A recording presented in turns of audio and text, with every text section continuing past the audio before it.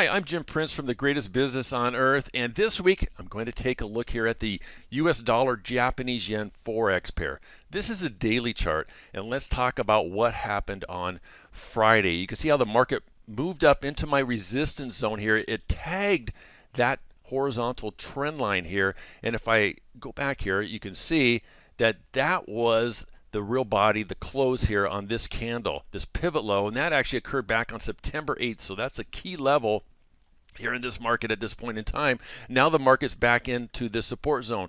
It also equated with these levels right here. So big resistance level in the market got rejected when it attempted to go through it once again. And also note how I have trend lines drawn down here on my momentum indicator, my CTMI, my cycle trading momentum indicator, high to lower high on the oscillator, high to lower high on price, high to higher high. This is divergence, double divergence as I like to call it here, and I'm anticipating a little bit further move. When I see that double divergence, the first thing is that the market tends to pull back, in this case to the first level of support. I think it's done that when it's in this green zone.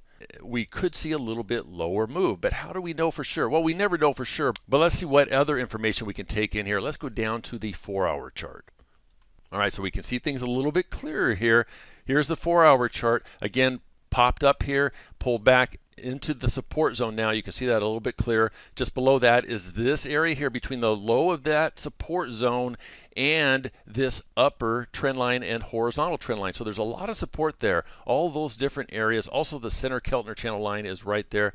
We also see double divergence within this time frame as well. It's a little bit clearer here, and the oscillator has already put in or confirmed a cycle high here as well. So again, as the market, if it moves down a little bit more, I'm looking for some reaction off of these support levels here, and I think that this is fairly clear here. If the market takes out the lows of this green rectangle that I have on the chart, I'm looking for it to come down in here, a reaction there, and then a possible bounce. Let's go down to the 1-hour chart, see what it has to say. All right, here is the 1-hour chart. Now, I've dropped on a Fibonacci retracement measurement here. I use this low over here to the high. You can see the market sitting right on that 50% retracement of that move. Now, if we look at this a little closer, we have the zone of the 618 retracement and the 786. Those are right down here inside that circle or into that circle area.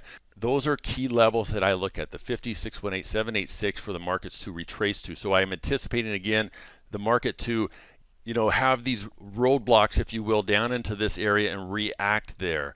There's a lot of evidence that that could easily occur here. We can even draw trend lines off of some of these lows over here that extend out as well. We have the 89 SMA, which is the red line, the blue line, the 50 SMA, all potential support levels as well.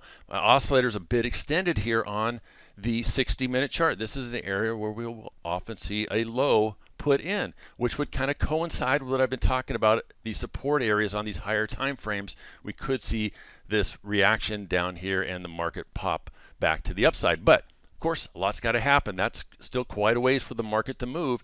And in fact, if we do a little market geometry here, the market ramped up here quite a ways, way over here and on this time frame. So what I want to do is measure from this high down to the retracement right there, that first retracement, and then let's compare that to the current move up, right? We have the move up and the retracement. You can see that's pretty equal. That is what I considered market geometry. A little more evidence that the market may stall out here. Now, again, it could go lower because if you look at the next move down here, look at that. We come into this range here, and we can put that on that high, and look where that puts us, right inside that circle. All right, so again, I'm anticipating a possible retracement down into these zones here of support. If that happens, that's where I'll look for a possible entry into the market. But we have a caveat. We got to consider, we got to keep in mind the Syrian bombings that occurred here this weekend. They could have an effect here on this market as well as the stock indices, the metals, and the energies, right? So we got to keep all of that in mind. So even though I've looked at this market from the top down, I have a rough idea of what I think could occur here this week. I'm going to sit on my hands and watch what happens here on Sunday night and Monday, watching to see how the market absorbs that news, because that is big news. That's big world news. So that's the plan for this week. Again, this is the US dollar Japanese yen forex pair. I'm Jim Prince. Thanks for joining me. We'll see you again next time.